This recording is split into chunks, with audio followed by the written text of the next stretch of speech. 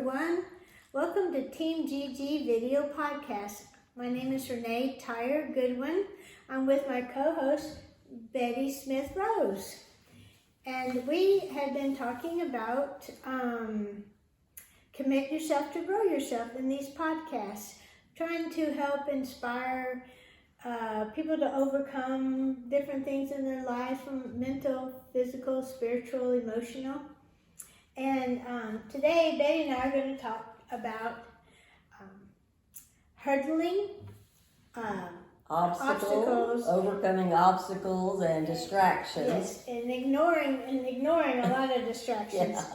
And how to know the difference. What is an obstacle? What is a distraction? So. Right. So, it's a big world out there, as we so know, and things are coming at you from every direction. From every direction, every day.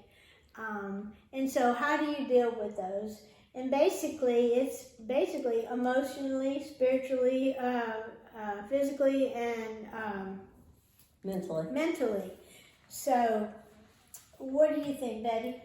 Well, I was trying to think I was thinking about when I had COVID. Oh, okay. So a couple of weeks ago I had COVID. That was definitely a distraction. Yes. Because I had lots of things I had planned to do that week, and staying in bed for 3 or 4 days was not part of it. And then into the second week, I was over the symptom. I think it became an obstacle, maybe. Yeah, maybe. By getting into the second week, then I didn't have the energy to do anything, even though I was no longer having COVID symptoms.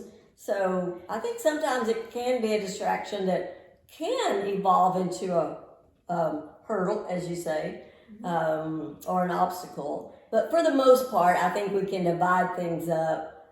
I would consider an obstacle more of something serious, like maybe if you have a serious illness, or you lost a loved one, or a divorce, or sometimes even children's things that are going on in school. That can become an obstacle as well. So I don't know. I just tend to think that an obstacle in my mind are things that are more serious, something that we have to stop and deal with. We were running at a fast enough pace already, and now whether our obstacle has slowed us down or sped up our life, we still have to stop and deal with it. This is something serious that has happened, and we're going to have to work through it emotionally for one.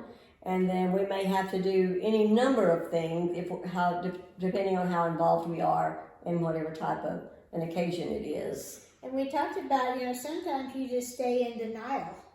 Then you don't get anywhere. That is true too. Especially, we'll just take grief for an example. If you lost someone that was very dear to you. Sometimes you go through anger, denial, any number of emotions, and it's all okay to have those emotions because that's part of it. When someone meant that much to you, of course you're going to experience the emotions of it, and that definitely is an obstacle at that point in your life. And it might be for some time. It just depends on how long it takes you to work through the process. But I don't know that there's anything out there that with God's help, we can't work through or get through. Even if we call in other resources, other friends. And I loved your example, really, of COVID, although we don't really want to keep talking about COVID, but it is within us, among us. But you had to deal with that as the week and second week went on. First physically, okay, and then mentally, because definitely. I just was arguing against myself. Right. I did not want to stop what I was doing that I had sports to. And then emotionally, yes. Because it was just so draining, and yes. you had to kind of pull all your faculties together. Right, because some things you still have to do, just. And so that's a great example of how debilitating yes. and obstacles can be. They can just take you down. Right. Sometimes for a few days, or sometimes it might be a few weeks or months. Like you say, if you've lost a loved one, that's something that's going to take more than a couple of weeks. Right. And I think it's not something that we need to deny to ourselves. We need to be able to tell ourselves that is okay. that is something serious. That is going to take some time to deal with. But then on the other side, don't consider distraction an obstacle. Right, because I was just thinking about a distraction. Like, for instance, they happen all during the day. Like, when you're, I remember one day I was trying to send an email. Okay, I think something simple. I started that email, I think at 7 a.m. And, I finally sent that email at 7 p.m. Oh, my gosh. You know what I mean? Because it was one thing and one thing. And some of it's on me, either I wasn't focusing. Or you might have got interrupted by the dogs. Get interrupted, phone call, this, that, someone needed this, someone needed that. That's what I was about to say. Someone else needs something, and sometimes you want to help other people, but still it's distracting you away from the project you were working on and the purpose that you feel like you need to accomplish. And it always seems like when there's something real important, like Betty and I are both children's book authors. And when an idea comes to your mind, you got to get on it, And here come the distractions. Exactly. Right, up, down. The yard man shows up with a loud leaf blower, and you're trying to write inside the window, something like that. Or Leo sticks his head in the video, which he does from time to time. That's a distraction. That's not anything too serious. Our Gigi's about to take out the yard guy. Yes, exactly. She's lunging for the door. You're going to have to stop the video. So, and then you think, now what was that book idea I had, And then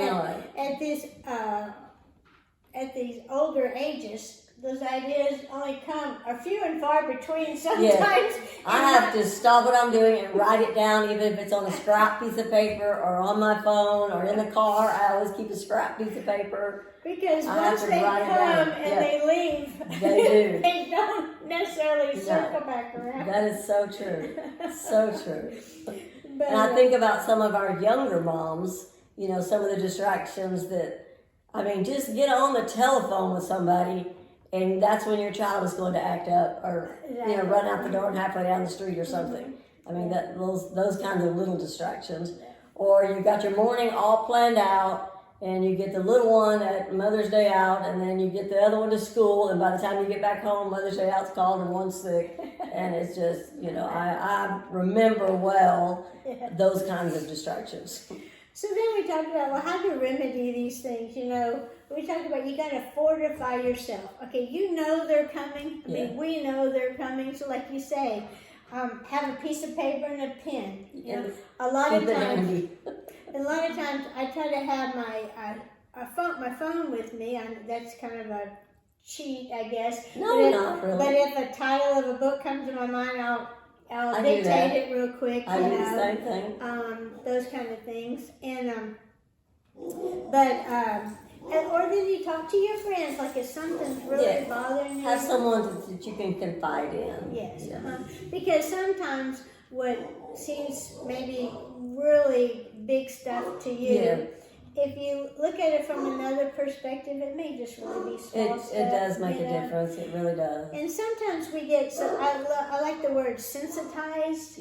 Sometimes I get so sensitized to something that it just takes just a little bit of it to just set me off. Exactly. And so that happens a lot. But if it's a very deep problem or situation, then you can help ask for professional guidance. Exactly. Do not be afraid to ask for professional help. Really. So sometimes I think you can notice yourself kind of if you need help, but sometimes it takes somebody else telling you, this is a serious thing that you've just been through, and you probably ought to talk to somebody. If somebody tells you something like that, listen, because, they see you acting in different ways or reacting in different ways, and they can tell sometimes that you're not quite yourself. And again, if it's the obstacle is something real serious, there's a lot of professional counselors that can help, or even a physician can prescribe a medication sometimes just to get you over the rough spot. So don't be afraid to ask for help. I think that's the main thing I'd like to leave today with. That's true. So, and remember, you're not alone. And like we said, someone most likely has something worse going on than you do, but not to simplify your situation Yes. by any means, but just know that you're not alone. There's always someone there with you. And so thank you so much for joining us today. We did want to share a few updates. Of course, I write Gigi Life Lesson Storybook Series books. And Gigi Cleans House, Learning Teamwork is one of them. Which has won awards. Oh yeah, it has won awards. And I have a website for Gigi Storybooks at gigistorybooks.com. And you're able to purchase the books online.